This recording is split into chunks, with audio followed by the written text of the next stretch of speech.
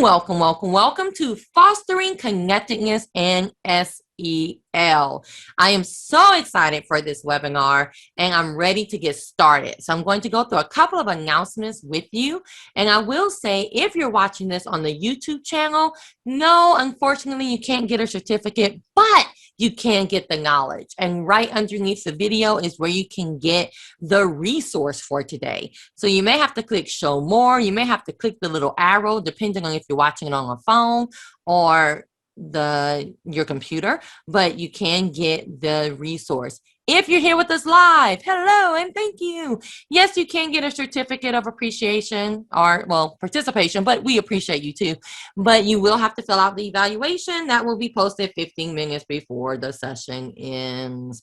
So, who am I? I'm Dr. Desiree Alexander, and I am your host for today. All the cheers! All the cheers! And I'm so very happy to sponsor and host this webinar for you today. These are all of the ways you can contact me. So there you go. Let's move on. Next weekend, drive faster. I know you never hear that, right? You hear slow down, right? But not next weekend. Drive faster. So it's all about those kind of newer and other features of Google Drive that you may have not touched yet, like priority and workspace. So come learn how to drive faster next weekend. And then we have our mindfulness series coming back. If you have not had the privilege of listening to Tanya Chapman Griffin yet, you want to come for March 27th. It's Trauma Informed Care. All of her other webinars are on the YouTube channel. Then we have No Fear, Google Sheets are here with, I heard this presenter was amazing, with Dr. Desiree Alexander. It's actually not for EA webinars, but it's for the GEG Global. And if you don't know the GEG Global group, like, they are insanity for Google. It is amazing. They provide such awesome professional development. So I'll be working with them on that. You actually don't have to register for this one. You just show up. So on my website, it'll just have the link to the YouTube that you'll go and see it. Then we have Creating with Littles on April 3rd. We have me doing a webinar for the Heartland Area Education Agency on April 8th. We have the Power Up Conference, hosted and ran by Wiley Brazier, and that's going to be on April 17th, and I'm honored to be a keynote speaker for that.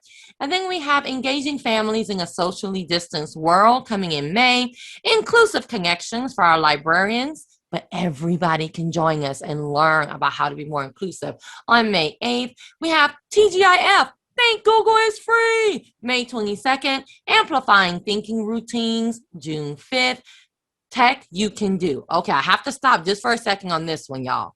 You know Sarah Kiefer by now. If you don't, I'm sorry, but you need to learn her.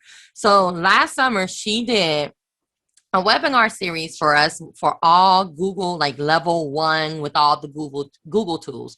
Well, she's coming back, and guess what? You are the first ones to see this. Like, I haven't even tweeted this out yet, but she's coming back with leveling up with Google. So she's going to take these products and do like a level 2, where she's showing you how to use the products together, how to use them in unique ways. I feel like I'm gonna have to like buy a different Zoom account because it's gonna break my Zoom account. So that's starting in June, and it's just going for really like 2 weeks almost. But take a look at that. It is on the website. I just haven't tweeted it out. And then Creating Your Digital Library, July 17th. And Change Global is back, y'all. 24-hour virtual conference. It was virtual before virtual was like popular, right, and a thing. We've always been virtual. So Change Global is coming back. Registration should open up in April, so you can save the date for that one. We have financial literacy. I need that like right now. I'm about to pay bills. I need financial literacy for educators. July 31st. We have Back to School with Bunsey. Rachelle is coming back. I'm so excited. August 21st. And then we have Infusing Digital Reading and Writing Tools in the Remote, Blended, or Face-to-Face. Dr. Hines has you for any type of teaching that you're doing. And then we have 2 more that I'm planning right now that are coming. So y'all, if you have so many options, right? And you can get those all on my website to register. That's why I go pretty quickly through them. The evaluation will be posted. Now, you may say, Desiree, you're so stupid. You put the link. The link is not active, y'all. I wouldn't put the link on here. But we will have the evaluation 15 minutes before, and of course, you can fill it out after the presentation, but only if you're watching us live. So thank you for listening to my announcements, and I cannot wait to start this session. I don't want you to stop though, because I love listening to you. Just sitting here, good thing the camera wasn't on. I was just listening and smiling, and all of your energy and enthusiasm and excitement. And I love all that you're providing. I can't wait to sign up for more of these webinars throughout the next couple of months. So yay, thank you. And thank you for the opportunity to be here. And thanks everybody who's joining in. So I will say at the start, if you have any questions at all, I may not necessarily know the answers because I'm not an expert, but I will do my best to find extra examples for you, to connect you with somebody or something that you're looking for. And don't hesitate to connect with me, whether on Twitter, Instagram, LinkedIn, send me an email, connect with me through my blog site, anything at all. I'm just happy to help. And I hope that you get some ideas today, about things that you can do, whether you, and I would love to know too, if you can share in the chat, what is your role? Are you a classroom teacher? Are you a coach? Are you an administrator? Do you wear multiple hats where you're doing a lot of those different things, as many of us are? And if you do have specific questions at any point in time, drop them in the chat as well. And I'll stop to see if there's anything that I can answer, and then even at the end too. And my goal for today, the title, of course, Fostering Connectedness and Promoting SEL, is to share with you just some of the ways, some of the tools, some of the methods that I've used to go about doing that in my classroom, especially in this past year, which it's hard to believe that it's been a year since our schools closed last spring. And the focus, how much more I was focusing on creating those spaces for me to connect with students, for students to connect with other students, which some of these things I had been doing for a couple of years. And honestly, years ago, and I'll tell you about this too, I really didn't know, like when somebody said to me, SEL, I didn't understand what it meant with acronyms and everything. And so I was nervous because I thought, oh my goodness, what am I not doing? And then I realized I was doing some things in my classroom to promote the development of those skills, but I could have been doing more. So just really quickly about me, so you know where I'm coming from. My name is Rachelle Dene Poth. There's my Twitter, same thing on Instagram. I teach Spanish and STEAM. I have students in grades 8 through 12. I've also taught French, and I love learning. I'm an attorney, a consultant. I am currently this year the past president of the ISTE Teacher Education Network, which has been an amazing experience for me for probably the last 5 years I've been involved, because I've been able to work with and learn from teachers in elementary level and higher education, pre-service teachers, and just really get an understanding of like what people are doing in their classrooms, what are the challenges, what are my challenges, and exchanging ideas and information and building that network. So love to stay connected, and the ideas and tools that I'll share with you here today, some of them might work really well for you. They might be some tools that you're using, but maybe didn't think about using them in a different way. Often I found out some, unique or more innovative ways to use some of these tools from my students. And so I just love sharing ideas. I have a podcast where basically it's just me talking about things that I've done in my classroom or things that I've learned and shared. And then I blog, and I've also written a couple books in the past 2 years where honestly, I've shared a lot of the things I'll be sharing with you today, but also have some student stories in there too. So for today, what I'd like to share with you is just some of the things that I think about in general, just whether it's involving technology or not, but even prior to schools closing last year, was in my classroom. And let me think, if I go back about probably 10 years ago now at this point, I started to try to find some different ways for my students to interact with each other. And for many of the first years of teaching, I was teaching the way that I had been taught. I was using the same activities. I was like giving the tests and doing the projects, and everything that was comfortable and familiar to me as a student that I thought worked well for me to learn French actually in high school, I brought that into my classroom. And I was leaving very little room for students to kind of decide on their own how to create a project or what type of project to create. I had rows of desks in my room, and I was the one talking for the whole period, and was a little bit nervous about having students work together, or if they weren't in their seats and they were kind of on the floor, or if the noise level was a little bit too loud. Also, a couple of times I was giving homework every single night, same homework assignments to all of my students. And what I was finding is I would often get calls from parents that expressed one of two concerns. One was that I wasn't giving enough homework because their child had finished it before even leaving school, or as soon as they got home, it only took a few minutes and I needed to provide more. And then I was getting phone calls that were, I'm giving way too much homework and that their child had spent like 30, 40 minutes trying to complete the assignment. And it bothered me, of course, because I'm thinking like, what do I do differently? So that led me to think about different choices that I could give students. So I looked at things which I'll share with you, like choice boards or hyperdocs, or doing some different activities where I share some different options for students, kind of like maybe it could be a playlist that people use, or open it up to students for their own ideas. And I ended up getting away from doing the nightly homework assignment and instead provide choices for students. And I say, hey, if you find that you need some practice with verbs, for example, here's some options. Or we use Microsoft Teams, and I'll place some resources, some different games, some resources that they can look at, like a paper or PDF or something. Or I have worksheets or papers available, depending on what students want. But what I decided is I needed to provide more personalized learning experiences for students.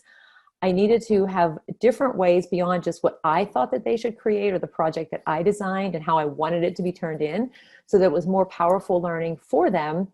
I wanted to also help them to become more confident and to feel like they could communicate, not just in the language that they were learning, but in general, building those skills in my classroom helps to better prepare them for the future, and then have them take the lead. And again, there was a lot of this that I just kind of fell into, in a sense where I didn't know technically what I was doing. I just knew that what I was doing wasn't really working that well, because I was noticing student relationships in some cases weren't that great. The student engagement was down. When students were being assessed, they weren't necessarily able to kind of reproduce the language or apply their skills at a different level. And I thought, I need to make some changes in my classroom. And so what I'll share with you today are some ideas about some tools that you can use if you're looking, especially like for me, my school has been hybrid since November, but the beginning of the year, the first 9 weeks, and of course last year we were fully virtual. And so figuring out how to build relationships in those spaces to connect with students and to help prepare them. For me as a Spanish teacher, I joke with my students and say, there is a shortage of language teachers in the United States, especially. And I would love if some of you went on to become a Spanish teacher. And they reply like, yeah, I'm not, that would never happen. And I say, yeah, I took French in high school and I didn't really think that I would be a teacher, let alone like a Spanish teacher now. So it's all about just being open to the opportunities, but realizing that they're not all going to go on to major in Spanish. I thought, what else do I need to do? What can I provide for students that will prepare them for whatever it is that they do when they leave my classroom, when they leave our schools? And how can I kind of do more in this space? And that's when I started to focus on social emotional learning skills. And the first thing that I recommend, if you haven't checked out the site, is castle.org. And CASTLE stands for the Collaborative for Academic and Social Emotional Learning. And there are 5 competencies. And I love this graphic that a friend of mine made actually for one of my books with ISTE, where it just displays what those 5 competencies are. And so if you think about the activities that you're doing in your classroom, that you're having students engage in, what this ends up looking like. And again, this was not something that I recognized initially when somebody asked me the question about it. But then after I thought about some of the things I've been doing in my classroom, whether it was activities with the students or if I was using a specific digital tool, and how that was helping them to kind of apply their learning and also, interact with each other to build confidence along the way, I realized, like I said, that I was doing some different activities, but I needed to be doing a little bit more. So if you look at the graphic, if we think about self-awareness, so students, we need to help them to become aware of their strengths and set some goals, for example. And there are a lot of ways that we can do this. Just throwing some quick examples out there. If you use something like blogging or just quick assessments where students can kind of track their growth over time.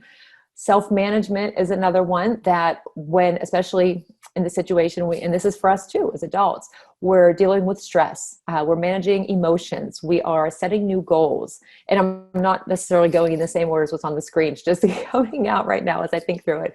Also, social awareness. As a language teacher, we have done project-based learning. And so my students have been able to connect with students in Spanish-speaking countries, and it has enabled them to build relationships, to better understand, life beyond the school and the community and the place that we live in, and to develop this understanding on a global scale, to develop empathy, and to have a more authentic and meaningful experience in learning the language, because they're connecting with these issues that are out there in the real world. And so developing that social awareness is key. Relationship building, relationship skills, of course. Often students will come in, and we've probably all seen this in our classrooms, in our schools, is, I don't want to sit next to this person, or I'd rather work by myself, or I don't want to be in this group, and any of those things. And even as adults, these are things that we struggle with, right? In our space, wherever we work, just on a daily basis, we are interacting with people. So we have to figure out, how do we build relationships? How do we communicate? How do we ask for help? And asking for help is a challenge, because it makes us feel vulnerable. For me, for the first 10, 15 years of teaching, I was having some struggles. I had classroom management issues. I wasn't sure that I was, creating the best lessons, figuring out how to assess my students. I always thought that an assessment meant that it had to be a test, it had to be paper, it had to be tangible. And I didn't reach out and ask for help, because that would have made me seem vulnerable. But now here I am sharing all of it. And I've learned, I wish I could go back and ask those questions, because I would have been better able to provide for my students. And so helping students to kind of develop all of these through the activities that we create in our classroom, whether that's in person right now, fully virtual, or hybrid, it can be done. And then finally, the decision-making, which especially in my 8th grade STEAM course that I teach, we look a lot at some things like, we look at emerging technologies, so artificial intelligence, which is great because we look at ethics, for example, but we also focus on, digital citizenship and creating their online presence and interacting, also like the well-being, and kind of figuring out, what is the best decision for us, or how to navigate our own learning journey. And so again, if you need more information on social emotional learning, I definitely recommend the castle.org site, also because they have resources available for parents and for educators, some different forms that you can look at.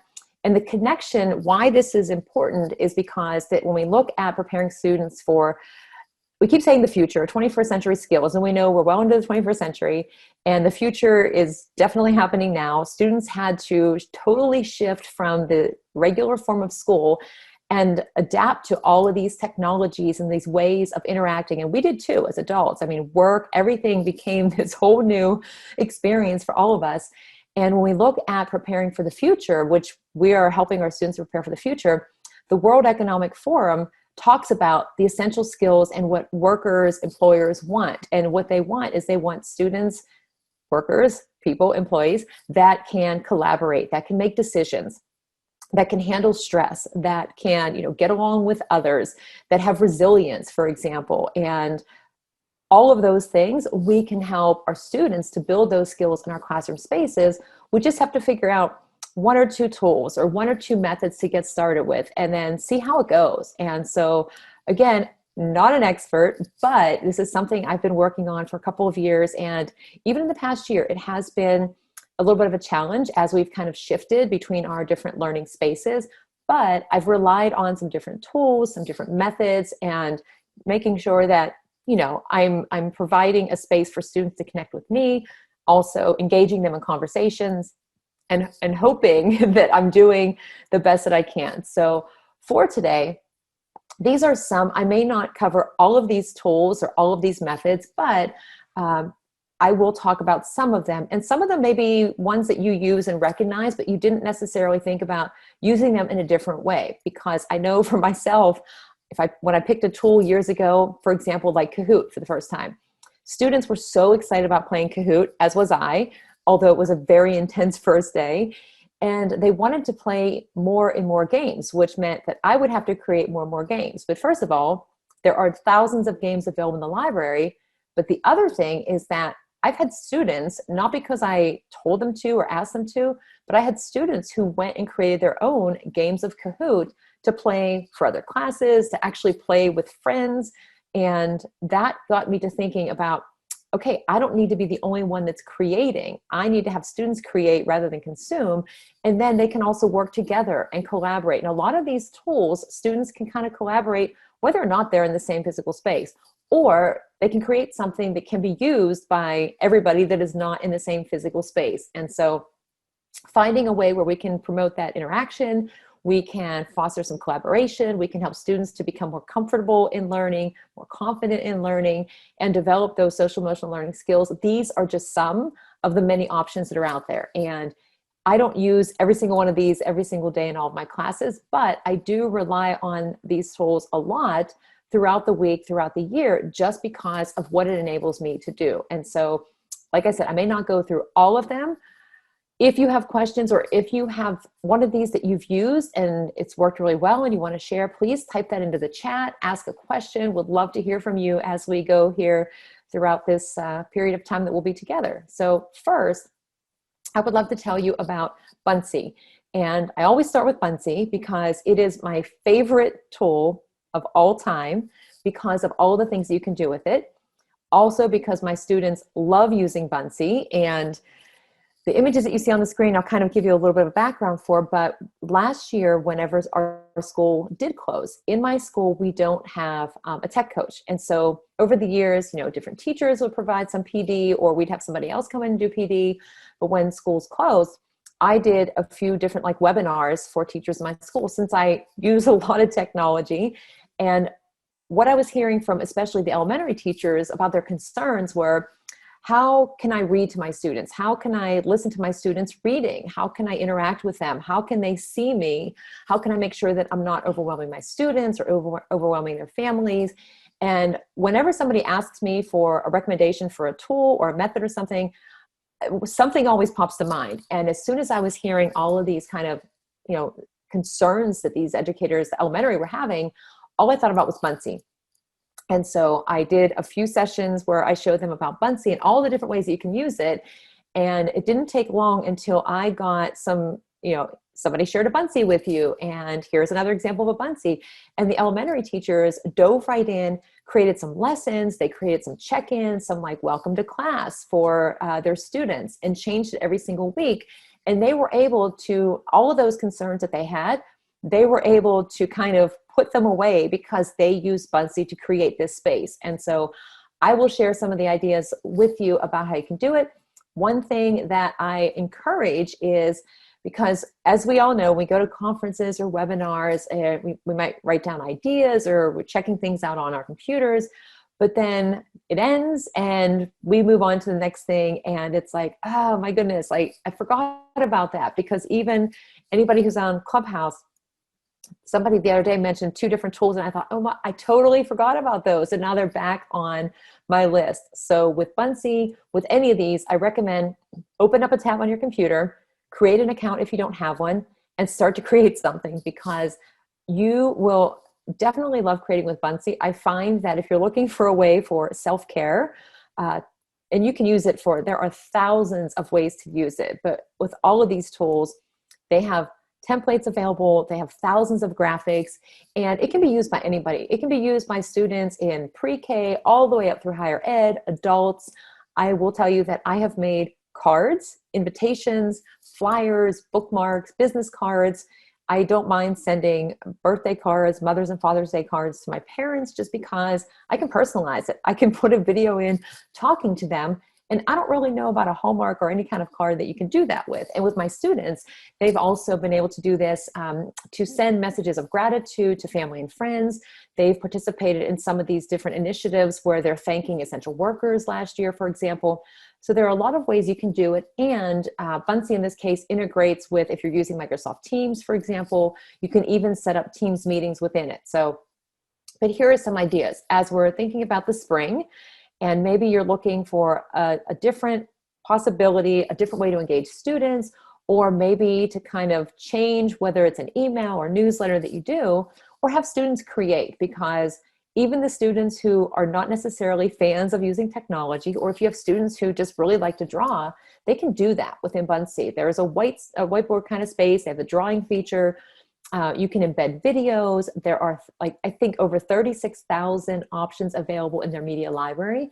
And also it integrates with some other tools you might be using. And so if you use Flipgrid, you can have Buncee be added on to Flipgrid. So let's say you create a short lesson. on the screen, what you can see where it says before you post. A few years ago, I always come up with ideas when I'm doing like a presentation, because somebody might ask a question and then I think really quickly on the spot and I'm like, I wonder if you can do that. And somebody said something about putting links in. And this is before I knew anything about hyperdocs. And I thought, yeah, I wonder if instead of having my students go to all these different sites, if I could just share one Buncee slide with them and teach a lesson or give them kind of like steps in the process, app smashing maybe. And so that's what I did for my 8th grade STEAM class. It was a lesson on digital citizenship, and I had the different steps. So step 1, they posted on a Padlet, and then step 2, I had the video there, which I didn't even have to go out and look externally to get the video link for YouTube. They have it where you can search videos right within Buncee. It fully embeds them. Then I had an open-ended response. With Buncee, you can have multiple different levels of an account. You can have a free, there's a teacher where it's just the teacher is using it. There's a teacher that has like a classroom, and then the school and district can have their own kind of account. So depending on what you would have, I have teacher with dashboard for all of my students. So I can see each class, I can assign them if I want, and then I can track their growth over time, which is something that they can also do as well. But you can have formative assessment and have a prompt in there. And then I had them create their own Buncee, and then I had a Flipgrid response. So all of that was stored just in one, imagine like a Google slide like you're looking at now. And the students could just go through each of those, click, and didn't have to go to all of these other links. Thinking Rachelle, about, we have a question. If they want to sure. use the free account, yeah. what, like everything that you're talking about, is that, could they do that for free, or what is the cost? Great question. So you, with a free account, and I sometimes forget just because I'm so used to having my teacher account, the free, you can create 3 Buncees. And I think that some of these things are changing too. So you can create the 3, you have most of the options, but you don't have that kind of open-ended response option because that's for like the teacher accounts. If you have, say like mine, I have, I think up to 150 students, and it is about, it's anywhere from $85 to $100 a year, I think, for like the teacher account with 150 students.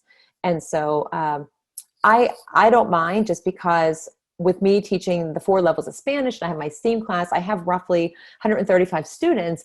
And it's nice for me as a teacher because actually it's kind of fun, because when I see that they create for me, sometimes Buncee is the one I have them start with, like a beginning introduction at the beginning of the year, because then, and I'll show you this as well, you can have students post all of their Buncees all on like one collaborative space. It's called like a Buncee board. And so then as a teacher, you can go in, you can give them feedback, you can kind of give a score if they answered a question, but you can see all of their Buncees over time, even if they're out of your classroom and you had them still in there. But what I also notice is my students, I've seen them creating with Buncee for their history and their English classes. They've also made some different greeting cards and everything, but it's nice. It can serve almost kind of like a digital portfolio, but it's great that you have access to that. But again, just to even try it out, to create the free and then see, what do you think about this? Because I know when it comes to costs with teachers, sometimes teachers just pay on their own because they're like, yeah, I love this tool. I love this platform. There's so many possibilities. The students love it. So just going to pay for it. And then sometimes, trying to fit it into the budget.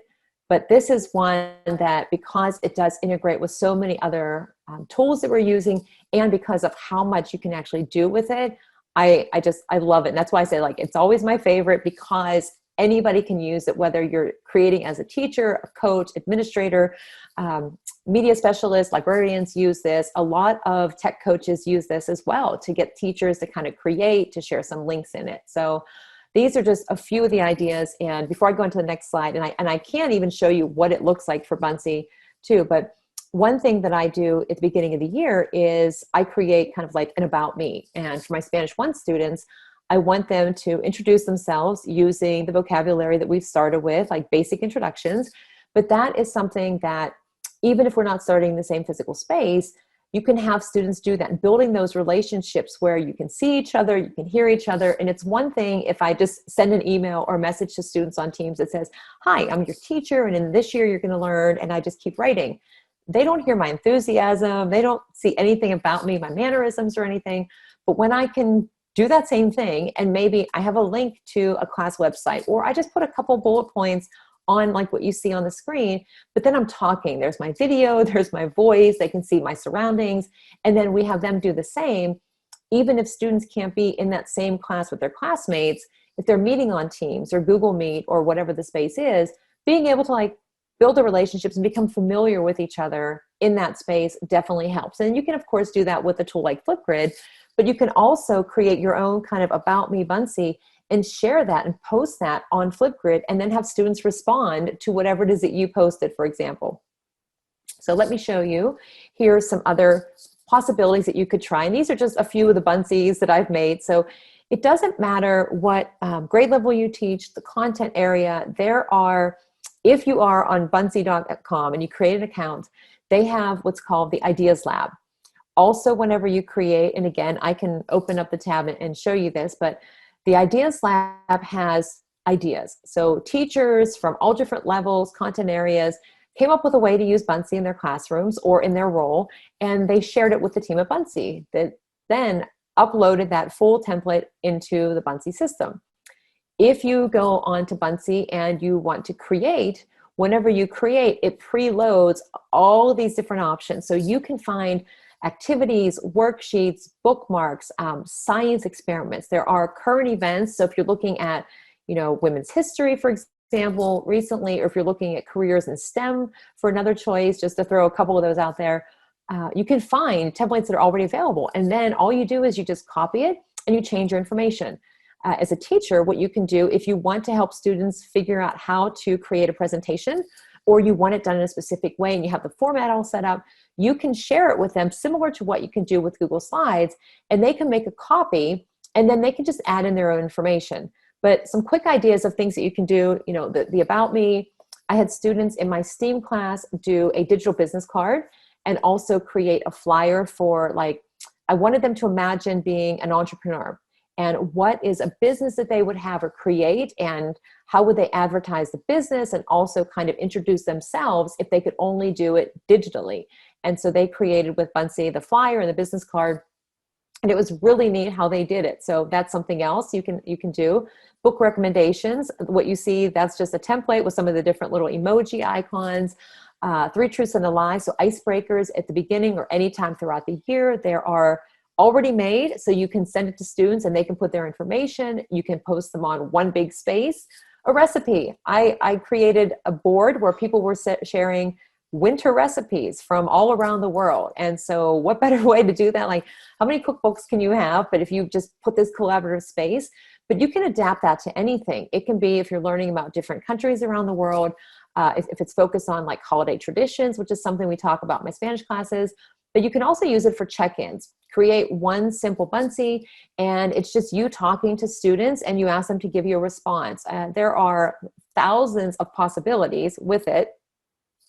Oops, I wanted to pause there for a minute. So before I go on to Book Creator, I'm going to switch over to Buncee and just ask to verify if you can see my Buncee screen. Yes, we can. Thank you. Okay. So, and I purposely wasn't logged in, but just to go through the whole process of what it looks like. So just to show you really quickly, because I have a teacher account, this is what it would look like. Everybody has their dashboard. So if you're a teacher, if you're a student, you all kind of have the same kind of a layout. But then if I have classes, my classes are all set up with their individual blocks. Students join with a code. You can also create accounts for them. But if I go to, let me pick this one here. Now, students in the past, I can see how many Buncees that they've created. And then whenever I hit the drop-down menu, I can see all of them over time. And what I like about this is I've had students go back and say, wow, the very first Buncee I made 4 years ago, I didn't really know a lot about design or presentation, or even if they're looking at their Spanish skills over time. But it's always fun to go through and see what they are. And the benefit is, as well, is as some of these, like this particular student now is a senior, looking to go on to the next stage, whether it's career or college, may need some examples of work that they did while in school. And so I have this whole space where they can access it, but I can also access it too. The Ideas Lab, whenever you click on that, this is what I mentioned. And so Over on the left, you can search for ideas. The ones that load first are the most recently added. And so think about whatever it is that you're teaching, or if you're a tech coach, all of the time that it takes to kind of create some of these things. But what you can find here is if the idea was submitted by an educator, you can see where they're from. Like I know Stella is from Argentina. So if you thought, yeah, I'd love to make a mind map, I just don't know what tool to use for it, you don't have to. It's already created. There are landmarks. Dawn Sturm did this. It is brilliant. You go through the Buncee, and every single slide, the picture starts to appear, and then you're supposed to guess what the location is. But you can search by topic areas over on the left. You can also search by grade levels and find something. So if you teach middle school, it'll go through, and maybe you're working on, different parts of speech.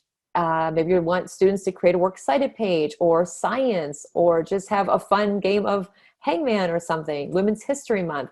This is one place that you can find ready to go kind of activities. So if I just pick one of these, I'll do the Women's History. So what it does is it copies it, and then if you want to edit it, then everything that's in there you can change. And so what I like about it is you have the different slides over here, and it kind of prompts you.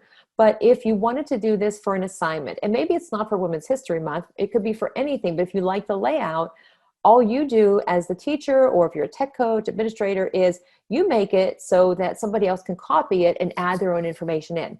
So let's say you have a project you want students to do. Maybe it's even just talking about them or their experiences, or something like project-based learning if they're passionate about. They can use this same structure and add in their own information. And what it does is it helps students, especially like I've noticed in my case, where they're like, I have no idea where to begin. It gives that boost. It also saves time. And for us as educators, not having a ton of time, especially to invest in learning a whole new tool, it's not difficult to get started with. And so I just want to get out of this one to show you one other thing about it. So I did Ideas Lab. Oops, skipped to Flipgrid. The other way is if you create. Now you always want to do version 3.0 because that's the newest.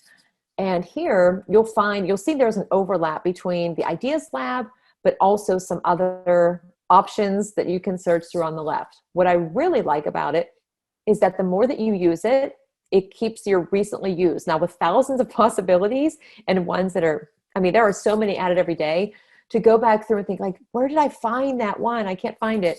Recently used will show you what you used in the recent past. So I did a lot of like year-end reflections. I did some for happy holidays, did some safety tips. I made one to share with a science teacher.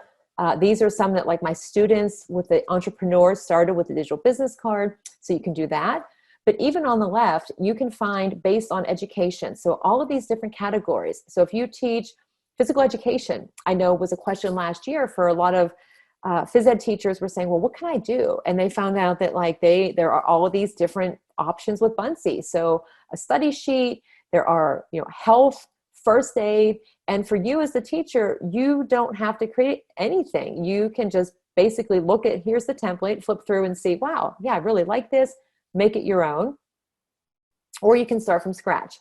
And even in doing that, you can still go back and choose a template. And maybe you want to make a study schedule.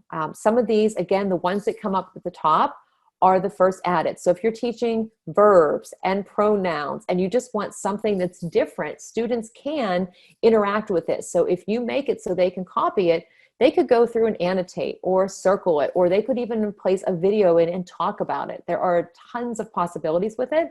And that's why I like it so much, is because students, adults, anybody can find exactly what they're looking for and make it their own. So if you're a language teacher, any of those options. But if I do the start from scratch, and again, always good if you start, and I won't spend too much time on this because I have a lot of ideas to share with you, but the layout. I have a quick question. I just wanted before you moved on. Sure. Did you print those and display them in your classes somehow, or how did you use those?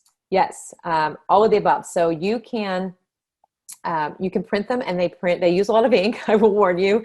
So if you're printing a lot of signs, and they're way better. Like when we do digital citizenship or any other topics in Spanish, like students can create with Buncee and they can print out whatever it is they created. It can be a full presentation, or you can just download it kind of like the PDF version of it and post it as an image. And to do that, and here I'll create one really quickly here. So if I change my background, you can search on the web. And what it does is if you pull in anything from searching within Buncee, it gives you the resources cited within it. Buncee also has Immersive Reader. And so if you're looking for accessibility, for language learners, for me, even as a Spanish teacher, my students to develop their confidence in speaking, often they will turn on the Immersive Reader and listen to whatever they've written being pronounced by a native Spanish speaker, and they practice that. And so they feel a little bit more confident when they're doing that.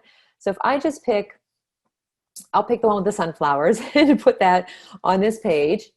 And then it prompts you here to add your first item. Now your items, these may vary depending on the account that you have, but for the majority of a free account, you have all of these options. The ones that you wouldn't necessarily have would be like the multiple choice question and the open-ended responses. But what you can do is you can add in a URL link, you can search YouTube channels and add in a video really quickly. And they have Khan Academy, they got National Geographic, a couple other examples. But if I want to record a video, and it won't let me do it because I'm already using my webcam, but you have up to 3 minutes. And so let's pretend I record the video, it would put that in there.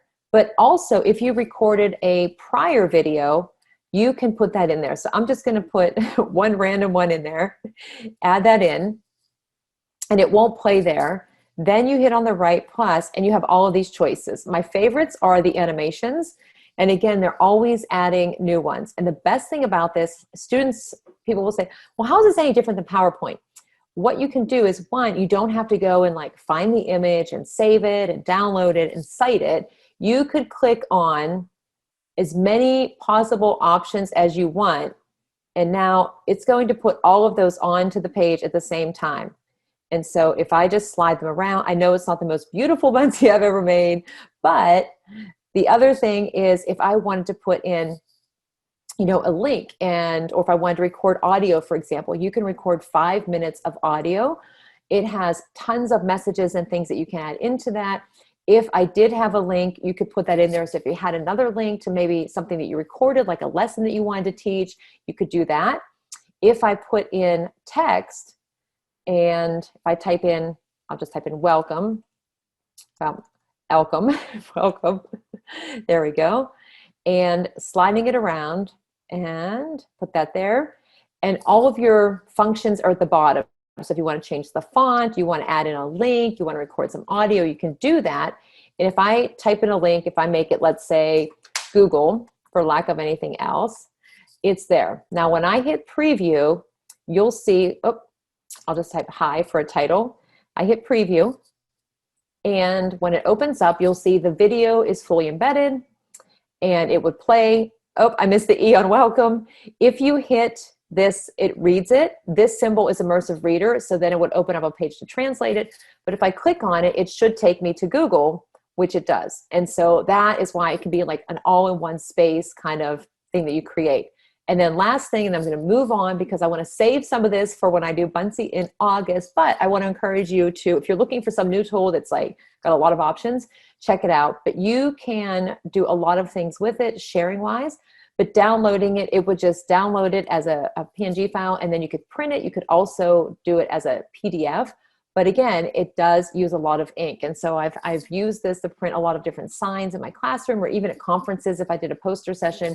Just because. Now, obviously the animations won't be kind of moving, but it's a lot of fun to use. And my students, high school seniors especially, love creating with it just because of all of the choices and it's easy to get started. So that is it for Buncee. We do have one quick question before you move on from Buncee. Sure. Would you say that Buncee is similar to Nearpod when you send a student paste link? Yes and no. Yes, in the sense that you could put, like if you're using Nearpod to just kind of add a couple of questions in and then maybe have links to other sites or put a video in, you could do kind of the same things. But as far as like the interactive activities, because Nearpod has, all of those different, the content, like the Desmos and the Khan Academy, but even for the activities like the time to climb and the collaborate, all of that, and of course the virtual reality, that makes it totally different. But you could, if your underlying like purpose is, I just want one space where I can put, you know, a link like a PDF file, or I can have myself teaching a lesson and then add a couple questions and then include links to some other sites. You could do the same thing and have students kind of work through that. And I do have examples from elementary teachers that used it for their weekly lesson for, I think, second or third grade, maybe even first, where they had like to do or can do, will do, must do, I forget how they called it. And they had videos in there. They had like 6 videos on just one slide. And then they had links to different activities, and they had instructions. They also had them talking to their students, but it was just nice because it was in that one space and the students could figure out how to work through it, and the families could also do that too. So it depends on what you're wanting to do. If you want students to be able to answer and interact with the content in a lot of ways, then Nearpod is always my second that I say. I'm like Buncee and Nearpod. But you could do some of the same things with it. And Buncee also now has augmented reality. So depending on if you have iOS, you can create and have some AR augmented reality experiences too, where you have different objects. It could be like science and students are looking at shapes. They even have 3D objects that go onto the screen too, that have like animals and other objects to check out too. So it's definitely a fun tool, has a lot of possibilities. And one that, again, that I talk about and use often, just because I know we don't have a ton of time, and having like resources where we can say, yeah, I wish I had a lesson ready on photosynthesis. And then you go, oh, there's this whole lesson on photosynthesis. I just got to change my name. I'd rather them watch this video, or I would like to talk about it. And then you just pop those in and it's done. And you don't have to create from scratch. So that is what I like about this and so many of the other tools out there. So, yeah, thank you for those questions. And let me go back here to Book Creator. And before I forget, there will be some prizes today for Book Creator accounts. So stay tuned on how you can win one of 3 Book Creator accounts to use.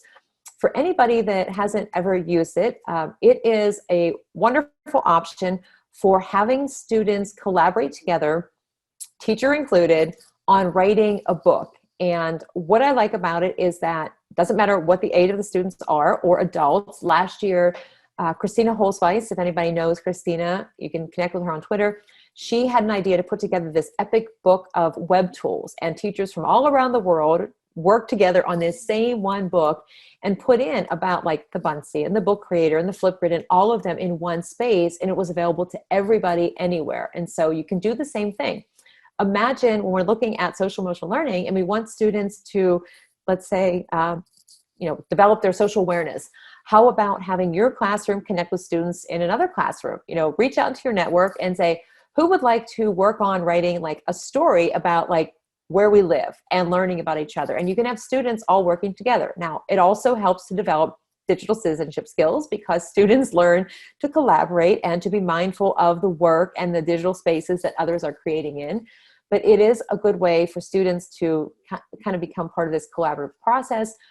You can create and then publish these books. You can add in some audio with it as well. It does not take a lot of time at all to get started once you have an account. And the other thing that I like about it is that it gives students a different way to share what they're learning. And for people who are looking for, something that supports different standards, it has ELA in the math and science. And of course, like I mentioned, for social emotional learning, maybe having students use this as like a digital portfolio, where maybe they're just documenting what they're learning and thinking about it and kind of writing their own narrative over the course of a school year, or split between school years. It could be a book that students just write like, this is what I've learned in first grade, and these are some of my examples, these are my projects. Connecting, like I said, with other schools, other students and teachers, and just talking about what your experience is. But I love it because, again, I can have, if you're looking at in-person, fully remote, hybrid, or if you want to connect with students from schools from the whole other side of the world from where you are, this is a way that you can do it. And then how powerful that is that you have students who can read this book and learn about each other, the ones that are in the same classroom, but also develop that social awareness of others in the world and what they're experiencing. Or it can be even focused on a topic. It can be, what's it like to go to school in whatever the place is where you live? Or what are family customs? What are some traditions that students do as teenagers? Or it can be about foods. It can be about anything. But the idea is that you're having students create in this collaborative space, and they're kind of engaging in a way that is more authentic and meaningful because they have choice in what they're adding to their story. And so for anybody who hasn't explored Book Creator, I would check it out. Like I said, there are a few prizes that will be given away that give you the, extras in the account so that you can get started with it. You can have students create their own books and have your own bookshelf with Book Creator. So I think it's just another really good choice. And again, you don't have to do all the things, but it's nice to be able to have a couple of options that you can offer to students. And sometimes I do say, you know what, we're doing it about me.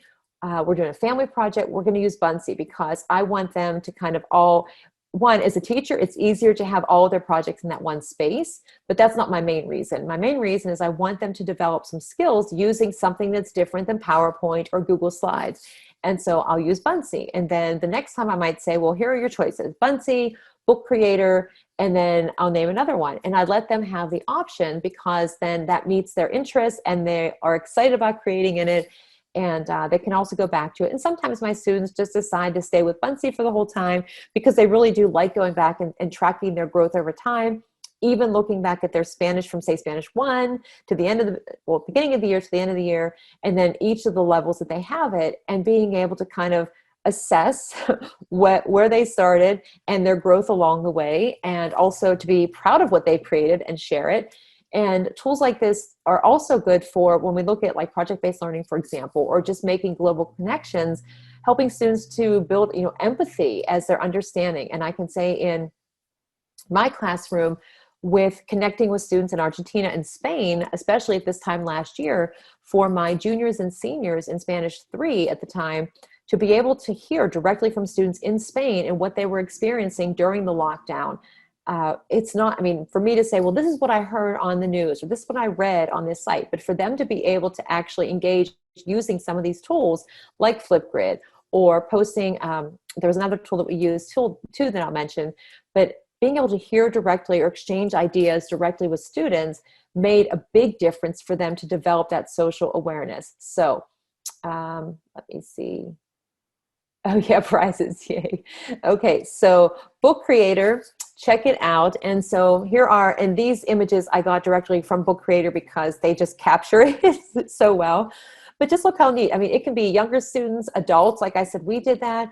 It can be for anything. I had a student a couple of years ago, and the student didn't tell me this, his mother did, but we were using Storybird. And I probably won't have time to tell you about Storybird, but it's a book that students can write, that you can write. I actually first used it when I got my master's degree.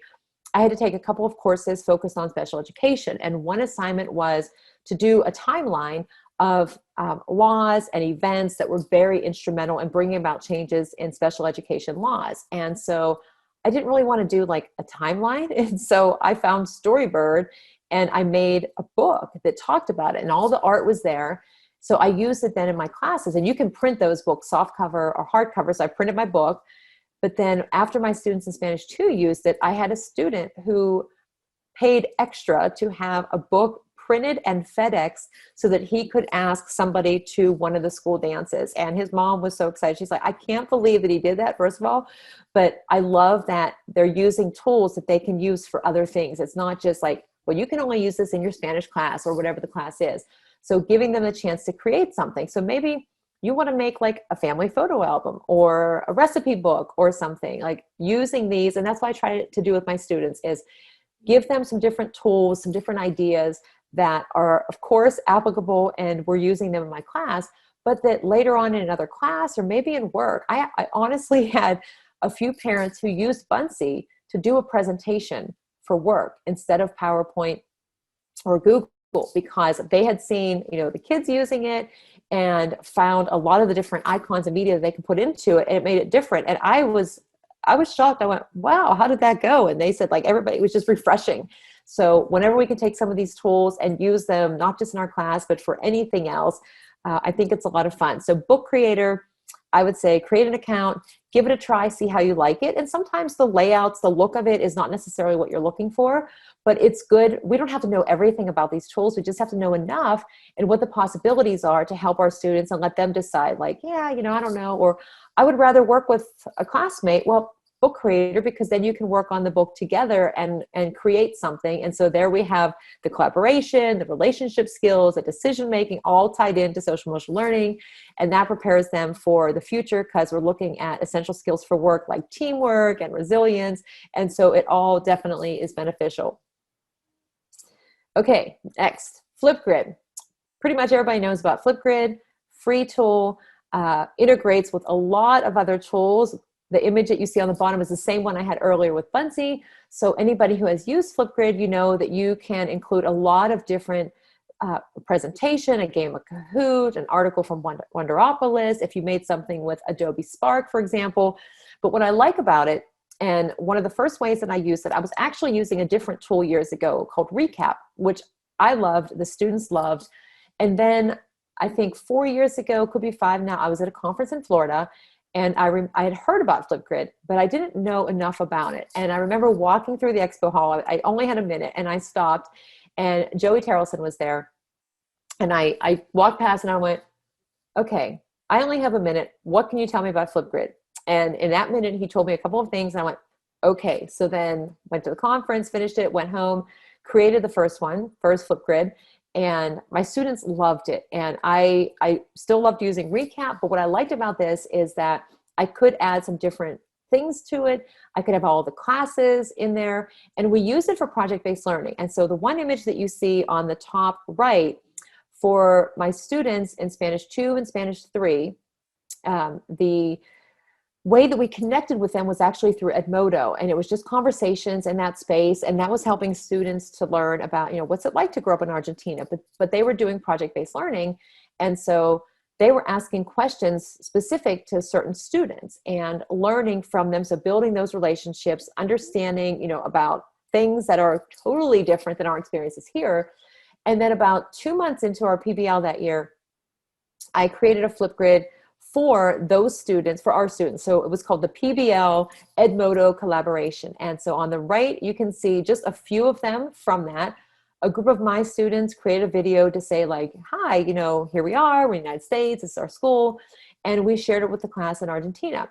Then we got a video back from them. And my students looked at it and said, wow, they have uniforms, like their school, they're outside, they got a moped there, and why are they holding a thermos? And I'm like, well, that's mate. Well, what's mate? So it opened up all these conversations, and it just took that experience to a whole new level. And so my students who had only been interacting, collaborating in that, written format, then were able to see the people that they had basically built those friendships with for the 2 months prior, and hear them and see them, and then took that to a whole new level. And when we talk about social emotional learning, helping students also, for me especially, to become confident in speaking Spanish. And what I think helped most about this is that they were able to practice their Spanish, interacting, even though they were nervous about it, with native Spanish speakers who were learning English, that were nervous about speaking English with native English speakers. And so together they helped each other to kind of build that confidence, to build those relationships. Of course, they learned about each other's experiences and the differences, and it just led to such a rich conversation. And the authentic learning that happened from that, when students did their presentations on PBL, there was no way that I could have provided that same experience for them. And so they formed, in their own words, this like learning family, not just in their classroom with like our school, but connected with the students in Argentina and then later in Spain. And I thought, these are such great ways for students to connect, to see the power of technology. Now that was probably 4.5 years ago when we first started doing this, and we continue to do that. But just thinking about this past year, without some of these technologies, where even if it's not the synchronous conversation like we're kind of having right now, but the asynchronous, being able to post those videos, or as a teacher, using this as a space to do a check-in with students. And we can set it so that we moderate it and the videos come to us, because I know for me with Spanish, and even for myself, I'm not a native Spanish speaker. French was the first language that I learned, and then I didn't learn Spanish until I was in my early 20s. And so even whenever I go places and I interact with somebody, I still get nervous too. I think it's just a natural thing. But to build that confidence, sometimes you need those like smaller spaces where you're comfortable to build that confidence first. And for my students, being able to first just read something in Spanish or to answer questions to a prompt that I gave them, knowing that I was the only one that was going to see that. Then I have that feedback that I can either record feedback to them, which definitely now is powerful and critical, because if we're not in the same space, for them to actually be able to hear what I'm saying rather than to just read the text that I wrote in the emailed feedback. But then whenever we open it up and they build that confidence, when they can look at the other videos, like I do with my 8th grade STEAM class, I wanted them to introduce themselves to their classmates. And so they posted a video on Flipgrid, and then they were kind of responding to each other. They're like, hey, I just listened to you, and I really like doing that activity too. Or, oh, that was my favorite movie. And then even though they're not in the classroom space, they're still building those relationships as best as we can in the virtual spaces. And all of us know that, like, how many of us have met people through Twitter or Facebook or webinars or anywhere in this virtual space, and maybe even to this day still have not been able to meet in the physical space, but we're friends, we connect, we collaborate, we know each other, and it can be done. Of course, it's better when we can actually meet, but for us, for now, for this past school year, finding ways to do that to help students build those relationships, it does help them become more confident and collaborate in the classroom. And that is something that I noticed, but also something that students then said to me. It's like, yeah, I'm totally fine with speaking in Spanish now. And I said, but what changed? And the fact that they could record a video on Flipgrid, redo it, however many times they wanted to, and then feel confident with the final product. Once it was already captured and they didn't have to stand in front of the room, they were fine. If it was embedded in a Bunsy, or if it was just playing on the board and it was them speaking, because they knew that they responded to it and they created that video in a space where they were comfortable. Nobody knows if it took them 15 or 20 times to do it, but they ended up doing it, and then it was good for them. And then because that became played in the classroom, then students would say, yeah, now I'm more comfortable because I spoke in class, even though I wasn't technically speaking in class, but I got the feedback, and okay, this is okay. And maybe the next time they still need to do that video on their own and have it be recorded, because I've had students who say, yeah, you know what, I'll do a skit. I'm not doing it live in the classroom because we're nervous, but we'll record it. We're at home, we record a cooking show, or we'll go in the hall and record a Flipgrid, and then you can play it, which I never understood, but then I totally got, because I thought, yeah, because you can do it over and over again until you feel comfortable with it. And then once it's played and you hear yourself, you're like, okay, kind of ease into it. So I love it for that. And I also love it because some students don't want to speak out in class. And I was like that for years in PD sessions. I would say, they'd say, okay, we need somebody from every table to share. And I'm like, yep, I'm not doing that. I'll post the sticker on the wall. I'll take the papers in, but I am not standing up to talk.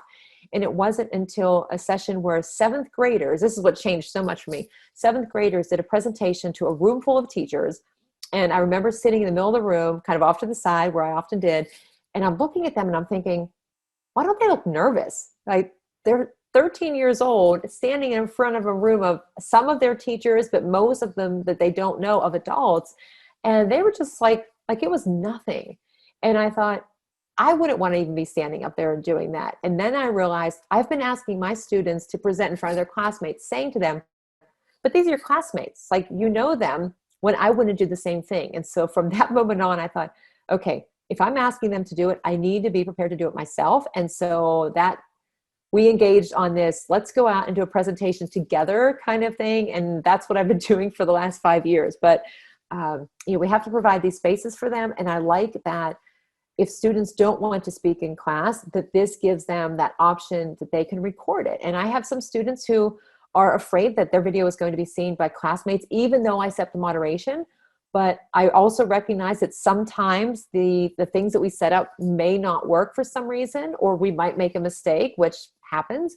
And so I have even set up separate grids for individual students so that they know that it's just them and me, and that's the conversation. I can give them the feedback and they build a confidence, and that works. And I'm like, that is totally fine to do. And a couple of them said, but I feel bad. You have to go. I said, I don't care. Like, it's all in the same space. It's not like I'm going to all these different websites. I said, if that is fine for me, if that is how you prefer to have the conversation or to do the assessment, that works. And I say, when you're ready, You can just go and post yours in the other class, but until then, this is fine too. So Flipgrid has a lot of benefits. And if you haven't explored Flipgrid, then definitely explore it. A couple other things. It integrates, you have Microsoft Teams, has Immersive Reader, so looking at language and accessibility, especially if you are working in a school where I know a woman who teaches in a school in Canada, and I think there are more than 60 different languages, I think, represented by the students and families in that school. And so for her, trying to share the information and worrying about like, how could we possibly find all of these human translators? What can I do? Having Immersive Reader in a tool like Buncee or in Flipgrid and some of these other ones makes it so whatever the messages that you're sharing, everybody can access and understand, and it reaches them. And so any tool like Buncee and Nearpod and Flipgrid, they have Immersive Reader, and there are other ones out there. Definitely a plus. Flipgrid is also free. And then you can even check out the discussion, like the topics that are there. There are some there that focus on social emotional learning, icebreakers, a lot of global issues. I mean, so many educators have shared their own ideas and prompts in that library. So all you really need to do is to create your account, create your class or your topic and your grid, and you are good to go. Another one that I love, and I mentioned earlier, Recap. Recap was a video response tool. It shifted and became Synth, which is primarily for podcasting, but I started to use it more similar to what I was using Flipgrid for. And then I used it for a lot of different reasons. Now, one other thing about Flipgrid, if you haven't used it, you can also use it to do, like if you want to teach a lesson for up to 10 minutes, screen sharing, screen recording with some different background effects, and also encouraging students to do the same whenever they're recording their responses. That is fun too, but you have a limit of up to 10 minutes. Synth, it's 256 seconds. It is free. I've used this to have students do reflections on project-based learning, where I just have a prompt and they respond to like a thread and leave a comment. You can have it with or without a video, which I didn't know that initially until the one group submitted theirs. And I said, how did you get the video? And they said, it's just the little button on there. You didn't know that? And I said, well, I can't possibly know everything. So you can have a video, you don't have to. But we use this with the school in Spain to do kind of like just prompts. So I introduced myself, the teacher in Spain introduced herself, and then our students responded. They asked questions, some of them did a video. And so again, it opened up that kind of awareness of differences between like what schools look like, the technology that's being used, the way that people dress, the accents. It was a much more authentic and meaningful way to connect than seeing a video or reading about it in a book, and just that power of voice. Now, other things that you can do with this, depending on what you teach, is, I know for me, a lot of what I do is, listening comprehension and just speaking in Spanish and working fully virtual or hybrid. Often it's difficult for that sound and that quality to come through.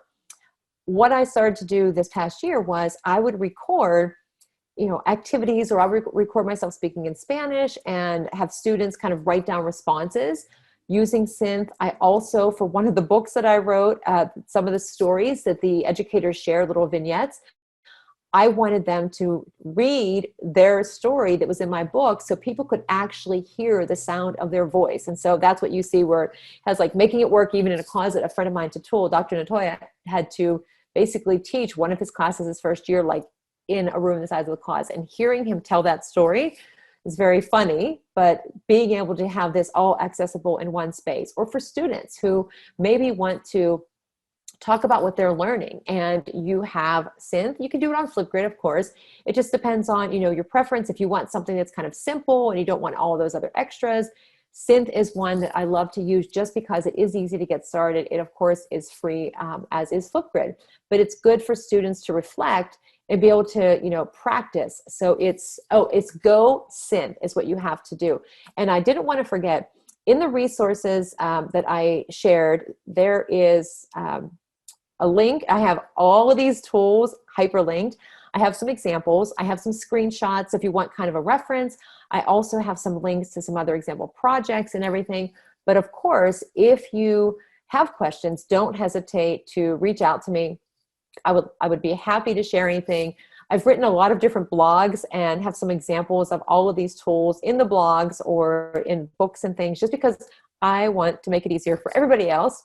And I also love sharing the ideas of students too. So if you're looking for some voice, Flipgrid synth.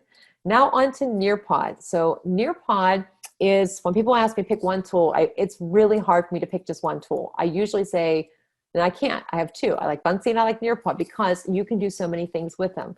Now what I like about Nearpod has been primarily focused, I guess, initially on the virtual reality. And the reason is because in my Spanish 3 course, for so many years, we're learning about South America, we're learning about Spain, other Spanish-speaking countries, and the resources that I was using were videos, were pictures in a book, for example, and just saying like, or posters on my wall and saying, wow, yeah, imagine what it would be like to go there. And just imagine what it looks like if you're climbing that mountain.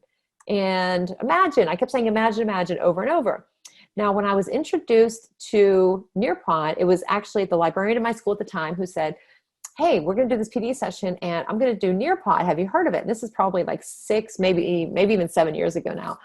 And I said, no, I hadn't. She said, well, it's just like PowerPoint, except you control it. And I said, well, I don't know, what does that mean? And so she showed me and I just didn't get it. I thought, but what's the big purpose? Like, why don't you just use the PowerPoint and you control it on the board instead of like having each student do it?